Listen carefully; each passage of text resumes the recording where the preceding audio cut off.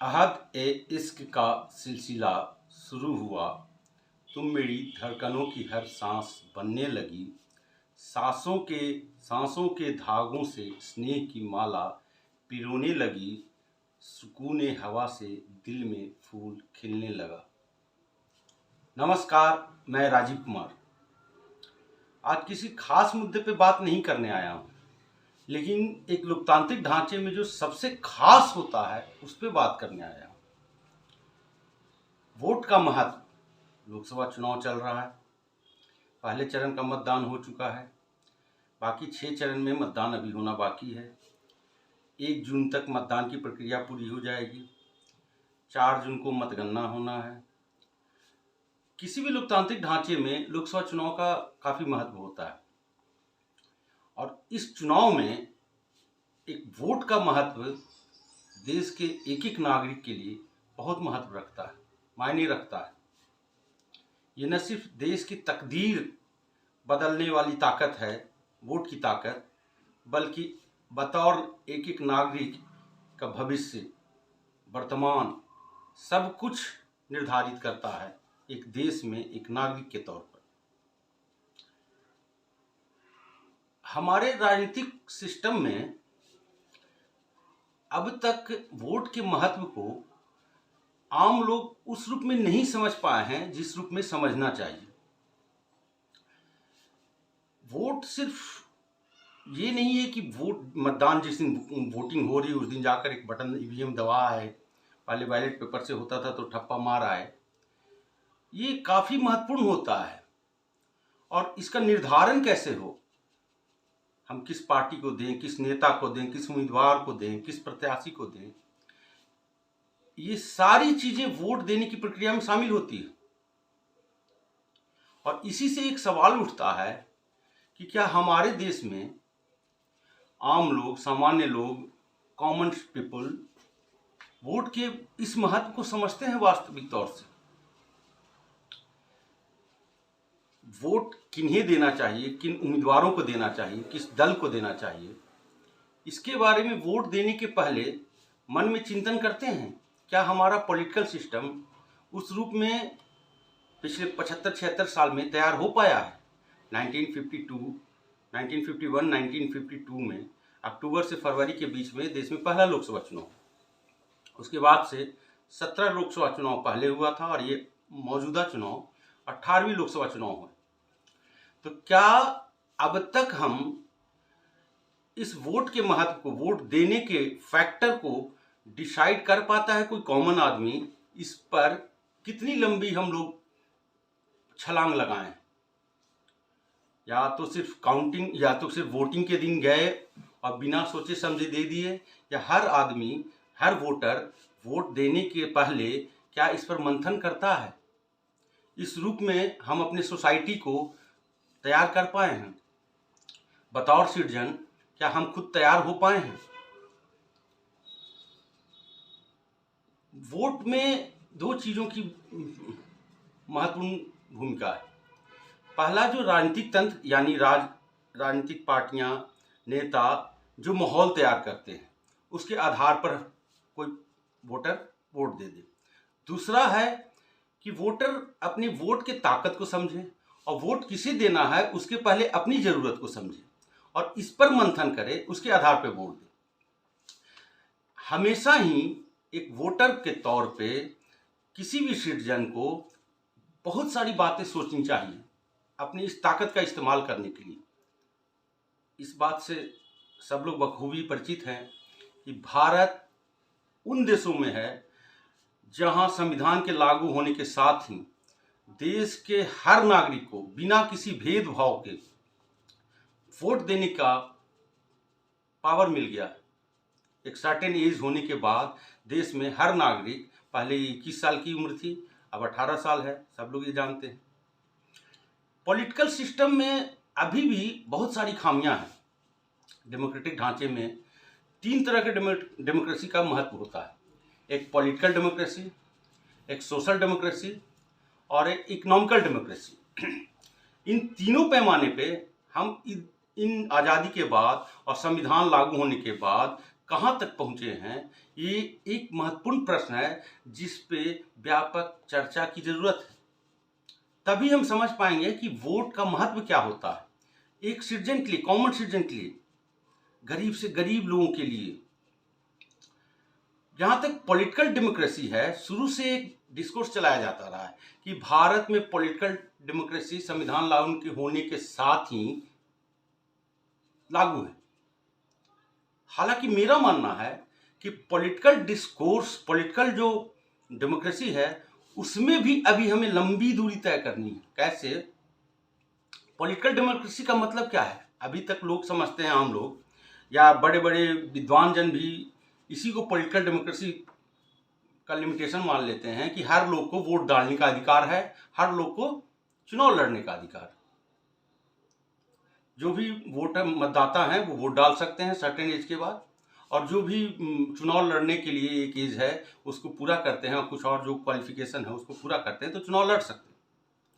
चलिए, वोट डालने के पैमाने पे तो सब लोग बराबर है, चुनाव लड़ने के पैमाने पे भी सोचने की जरूरत है।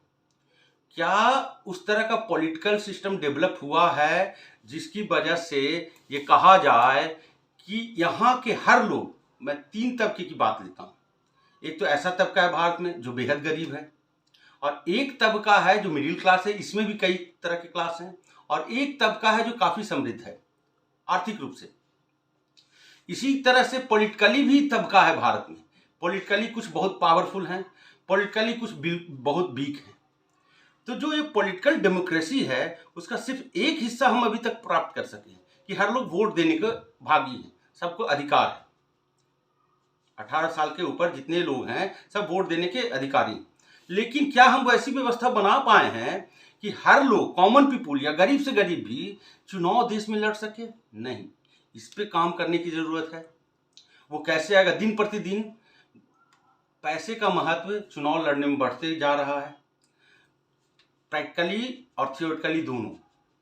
सिद्धांत में भी बहुत सारे पेच है जिसको आम आदमी भारत में, खासकर लोकसभा चुनाव, इवन विधानसभा चुनाव भी, लोकसभा चुनाव का तो दायरा बहुत होता है, एक संसदीय क्षेत्र, लोकसभा संसदीय क्षेत्र का दायरा बहुत होता है। आज आप कुछ भी कर लें, कितने भी पॉपुलर हों अपने संसदीय क्षेत्र में, चाह कर भी अगर आपके पास पैसा नहीं है या उस तरह का प्रभाव नहीं रखते हैं या उस तरह का बैकअप नहीं है आपको, या तो पार्टी के तौर से बैकअप होना चाहिए या किसी और तौर से बैकअप होना चाहिए इकोनॉमिकली, तो आप चाह कर भी कितना भी अच्छे हों, अच्छे वक्ता हों, अच्छे जानकार हों, आप सोसाइटी के लिए अच्छा सोचते हों, लेकिन आपके पास उस तरह की राशि नहीं है, आप चुनाव नहीं जीत सकते हैं। इसी पॉलिटिकल तंत्र का अब तक भारत में डेवलपमेंट हुआ है। तो जब तक चुनाव लड़ना यहाँ पे आसान नहीं होगा, सरल नहीं होगा, किस नजरिए से? आर्थिक रूप से जो कमजोर हैं उनके नजरिए से, तब तक भी पॉलिटिकल डेमोक्रेसी हासिल करने का लक्ष्य काफी दूर रहेगा। इस क्षेत्र में अभी हमें लंबी दूरी तय करनी है, और ये तय कैसे होगी? इसको तय कराने के लिए आपका बतौर एक नागरिक का, एक मतदाता का वोट बहुत मायने रखता है। तो वोट डिसाइड करने के पहले इस पहलू पर सोचना है। अब कैसे सोचना है, इसमें कई रुख हैं। दूसरा पहलू आता है आर्थिक लोकतंत्र, इकोनॉमिकल डेमोक्रेसी। आर्थिक लोकतंत्र के मोर्चे पे हम काफी पीछे हैं। क्यों पीछे हैं? एक तो बहुत सारे रीजन हैं, पॉलिटिकल बिल इसके पीछे बहुत बड़ा रीजन है। भारत में विकास का जो भी स्ट्रक्चर तैयार किया जाता है सरकार की ओर से, पॉलिटिकल सिस्टम की ओर से, उसने अब तक भारत में उस तरह का माहौल तैयार नहीं किया जिससे आर्थिक लोकतंत्र की दिशा में हम कह सकें कि काफ़ी प्रगति की है। इसको कैसे समझें? भारत दुनिया के 5वीं सबसे बड़ी अर्थव्यवस्था है जीडीपी के आकार के आधार, ये सबको पता है। ऐसे देखने में लगता है कितनी बड़ी बात है, सच में है भी बड़ी बात। लेकिन अगर देश में बात करें तो आर्थिक असमानता एक ऐसी समस्या है जिस पर हमेशा काम करने की जरूरत है। और जब तक आर्थिक समानता का ये जो चैलेंज है, इसको हम बहुत सॉल्व नहीं कर पाए, तब तक भारत में इकोनॉमिकल डेमोक्रेसी सिर्फ एक कागजी पहलू हो सकता है। प्रैक्टिकली वास्तविकता में उसको पाने में अभी भारत में बहुत टाइम है। जीडीपी 5वीं अर्थव्यवस्था, 10% 12% लोगों के पास इतनी संपत्ति है, उसके आधार पे अगर जीडीपी बढ़ रहा है और उन्हीं लोगों की संपत्ति हमेशा बढ़ते रहे और उससे जीडीपी का आकार बड़ा होता जाए, तो क्या सही मायने में इसको इकोनॉमिकल डेमोक्रेसी कहेंगे? बिल्कुल नहीं कहेंगे। इकोनॉमिकल डेमोक्रेसी हम तब हासिल कर पाएंगे जब आर्थिक असमानता, इकोनॉमिकल इनइक्वालिटी का लेवल कम हो। आज भी 80 से 81 करोड़ लोग भारत में 5 केजी सरकार से मिलने वाले अनाज पे निर्भर हैं। ये मैं नहीं कह रहा हूं, सरकार खुद कह रही है। क्यों? आजादी के 75-76 साल बाद भी वो सिस्टम हम नहीं बना पाए हैं। और ऊपर से विडंबना देखिए कि पॉलिटिकल सिस्टम कैसा बना है कि जिस सरकार इस 5 केजी देने के मामले को उपलब्धि बताती है, जबकि ये शर्म की बात है भारत जैसे देश के लिए, जो दुनिया की 5वीं अर्थव्यवस्था होने का तमगा भारत के पास है। और ऊपर से सरकार ये भी कहती है कि अगले 5 साल तक हम देते रहेंगे। कहना क्या चाहिए? कोई भी दल हो, कोई भी सरकार हो, उसको क्या दावा करना चाहिए, क्या गारंटी देनी चाहिए कि जो 80-81 करोड़ को 5 केजी अनाज दे रहे हैं, उसको इतना सक्षम कर देंगे कि अगले 5 साल में वो 500 केजी खुद से खरीदने के लायक हो जाएगा। इस तरह से पॉलिसी का निर्माण होना चाहिए। तब असल में हम इकोनॉमिकल डेमोक्रेसी की ओर कदम बढ़ाएंगे। देश के पास जो संसाधन है, हर तरह का संसाधन, वो देश के एक एक नागरिक का है और उस संसाधन का एक मेजर पार्ट चुनिंदा लोगों के हाथ में चला जाए, चुनिंदा लोग को दे दें, तो संपत्ति सिर्फ उनकी बढ़ेगी। निचले लेवल पे बहुत धीमे धीमे बढ़ेगी। पता नहीं 60-70 साल से हम लोग गरीबी गरीबी गरीबी मिटाते आ रहे हैं और आज भी चुनाव में मेन मुद्दा हर पार्टी की तरफ से बनता है कि गरीबी मिटाना है। 75-76 साल से सारे दल कर क्या रहे थे? किसी की भी सरकार रही हो। इकोनॉमिकल डेमोक्रेसी के ओर बढ़ने के लिए, आर्थिक असमानता को कम से कम करने के लिए देश में जिस तरह के कदम उठाए जाने चाहिए थे, किसी भी सरकार ने नहीं उठाए। ये वास्तविकता है। तभी तो आज 81 करोड़ लोगों को 5 केजी अनाज देना पड़ रहा है सरकारी स्तर पे। तो वोट देने के पहले इन सब मुद्दों को भी सोचना है कि कैसे हम अपने प्रतिनिधियों को, उम्मीदवारों से सवाल करें कि आप इस दिशा में क्या कर रहे हैं। तीसरा मुद्दा है सोशल डेमोक्रेसी का। सोशल डेमोक्रेसी से क्या मतलब है? अभी भी समाज में जाति के नाम पे बंटवारा है, कई तरह के दोयम दर्जे की बातें होते रहती है। उस दिशा में हम कहां पे हैं आज? अलग अलग जातियों के बीच में जाति के आधार पे फॉरवर्ड, अगड़ा, पिछड़ा, ओबीसी, ये वो जो भी अनुसूचित जाति, अनुसूचित जनजाति, इस तरह का जो बंटवारा है सोशल आधार पे, और उसके वजह से समाज के लोगों के बीच में उस पहलू के आधार पे जो वैमनस्यता होता है, ईर्ष्या होता है, द्वेष होता है, उसको दूर करने की दिशा में हम कितना आगे बढ़े हैं। और हम बढ़े हैं, पॉलिटिकल तंत्र ने उसको दूर करने की दिशा में कितना काम किया है। बड़े बड़े दावा करना अच्छी बात है, वास्तविकता समाज में क्या है ये आप भी जानते हैं, हम भी जानते हैं, और देश का एक एक नागरिक जानता है, समझता है। आज भी विडंबना है कि इस देश में हर पॉलिटिकल सिस्टम चुनाव जीतने के लिए जितने भी समीकरण तैयार करती है, उसका बेस है धर्म और जाति। ये विडंबना है और शर्मिंदगी वाली पहलू भी है एक डेमोक्रेसी के लिए। तो चुनाव में वोट देने से पहले आप अपने वोट की कीमत पहचानें। आज मैं इसीलिए ये वीडियो बना रहा हूं। हर मतदाता को समझना चाहिए अपने वोट का महत्व। सबसे पहले तो धर्म और जाति के उलझन से निकलकर आपको सोचना होगा, आपको जरूरत किस चीज की है। आपके वर्तमान के लिए, आपके बच्चे के भविष्य के लिए किसकी जरूरत है? बुनियादी जरूरतें क्या है? बुनियादी जरूरतें क्या है जिसके आधार पर आपका भविष्य बदल सकता है, आपके बच्चे का भविष्य बदल सकता है। और जब एक एक नागरिक का भविष्य बदलने लगेगा तो देश की तकदीर अपने आप बदलने लगेगी। सोचिए कौन सा देश सबसे ज्यादा मजबूत हो सकता है? वो देश जिसमें 10% लोगों के पास देश की सारी संपत्ति का एक बड़ा हिस्सा रहे और बाकी 80 से 90% के पास एक छोटा सा हिस्सा रहे, या फिर वो देश जिसमें हर नागरिक इतना सक्षम हो, हर स्तर पे इतना सक्षम हो कि उसका भी आर्थिक डेमोक्रेसी में एक अच्छा खासा हिस्सा हो। आपकी जरूरतें क्या है? एक कॉमन आदमी, एक गरीब की, मिडिल क्लास में भी तो कई कैटेगरी हैं, गरीब में भी कई कैटेगरी हैं भारत में। 5 से 10% या 12% तबका जो बहुत समृद्ध है उनकी बातें नहीं की जा रही। ये 80 से 90% जो तबका है उनकी जरूरतें अलग तरह की है। अभी भी बेहतर शिक्षा, बेहतर चिकित्सा सुविधा, बेहतर बुनियादी सुविधाएं, ये सब उनके लिए वास्तविकता है। रोटी रोजी, अच्छा रोजगार। रोजगार का मतलब क्या होता है?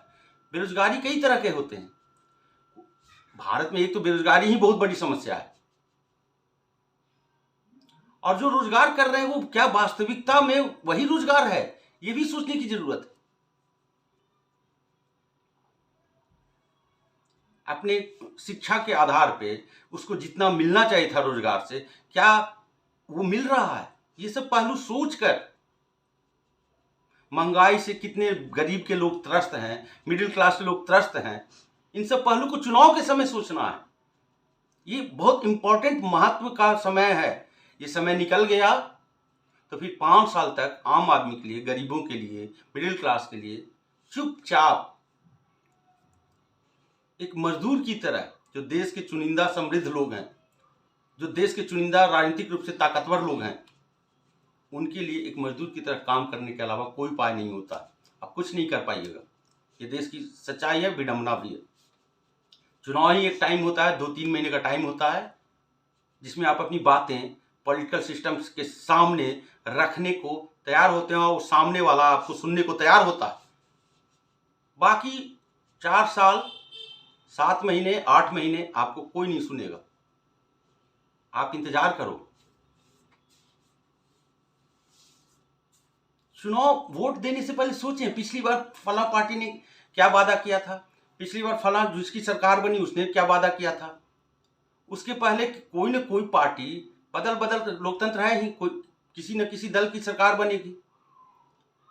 इस बार क्या अपने घोषणा पत्र में रख रहा है, बड़े बड़े दावे क्या कर रहे हैं, पुराने वादों पे क्या रवैया रहा। कॉमन मैन के लिहाज से सोचें, पार्टी कार्यकर्ता के लिहाज से ना सोचें, कॉमन मैन के लिहाज से सोचें। तभी सही मायने में डेमोक्रेसी में जो भी पॉलिटिकल सिस्टम है वो आपके लिए काम करेगा, सिर्फ चुनिंदा लोगों के लिए काम नहीं करेगा, बल्कि देश के हर नागरिकों के लिए काम करेगा।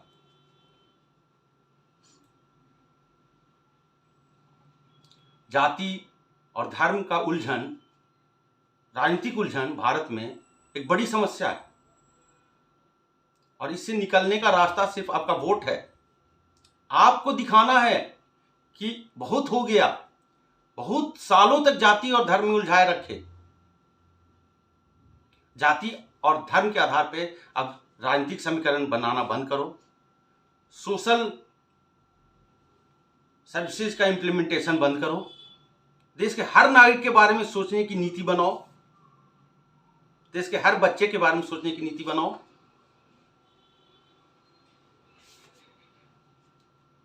ये समय है चुनाव का। आप किसी भी दल के सपोर्ट करते हो, आप जिस दल का सपोर्ट करते हैं उसके प्रत्याशियों से भी खूब सवाल कीजिए, उसके बड़े बड़े नेताओं से भी खूब सवाल कीजिए।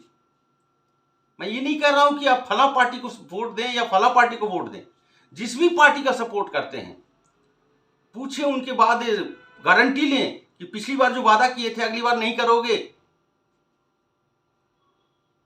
तो सजा दूंगा अगले चुनाव में। उन्हें दबाव में रखें, ये बहुत जरूरी है। नहीं अगर ऐसा करेंगे तो आपके वोट का महत्व सिर्फ बटन दबाना रह जाएगा। और लास्ट में पॉलिटिकल सिस्टम भारत में ऐसा सच में है कि बड़े बड़े सब्ज बाग दिखाकर आपको गुमराह करेगा, आपका वोट लेगा और फिर 4 साल 5 साल वैसे ही बीच में लटके रहेंगे मझदार में। देश की बुनियादी जो विदेश के गरीब लोगों की, कॉमन लोगों की, मिडिल क्लास की जो वास्तविक जरूरत है वो कैसे कम से कम कीमत पर मिल सके सबको, ये सब सोचें। कौन देगा? जिसको भी आप देना चाहते हैं उसी से पूछें, उसी दल से पूछें, उसी प्रत्याशी से पूछें और उसे गारंटी लें। नहीं लेंगे तो मुश्किल होगी। आज भी इतने सालों से गरीबी के लिए लड़ाई लड़ रहे हैं, पॉलिटिकल सिस्टम सोशल न्याय का, सोशल जस्टिस की लड़ाई लड़ रहे हैं। इन लोग कैसा सोशल जस्टिस की लड़ाई लड़ रहे हैं? हर पार्टी बोलता है सोशल जस्टिस की लड़ रहा हूं, गरीबी दूर करने के लिए लड़ रहा हूं। आज तक कुछ होता ही नहीं है। सरकारी आंकड़े में भले कुछ हो, आपको पता है कॉमन मैन होने के नाते, गरीब होने के नाते महंगाई कितना बड़ा इशू है, आपको पता है कि बेरोजगारी कितनी बड़ी इशू है।